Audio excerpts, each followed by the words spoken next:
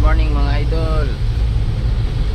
Ang ano pala natin ngayon, ang ganap natin ngayong araw ay maulano na araw, na madaling araw.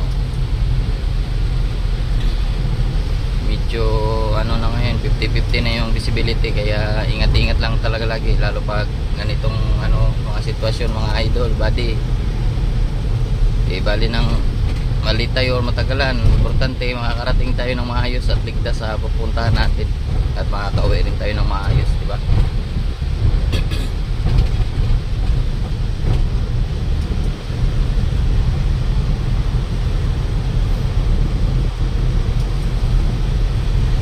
Medyo maulan ngayon.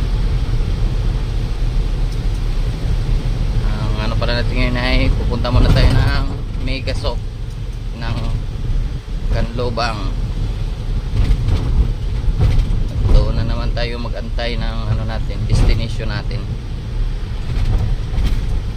Ingat-ingat mga idol, ingat-ingat palagi.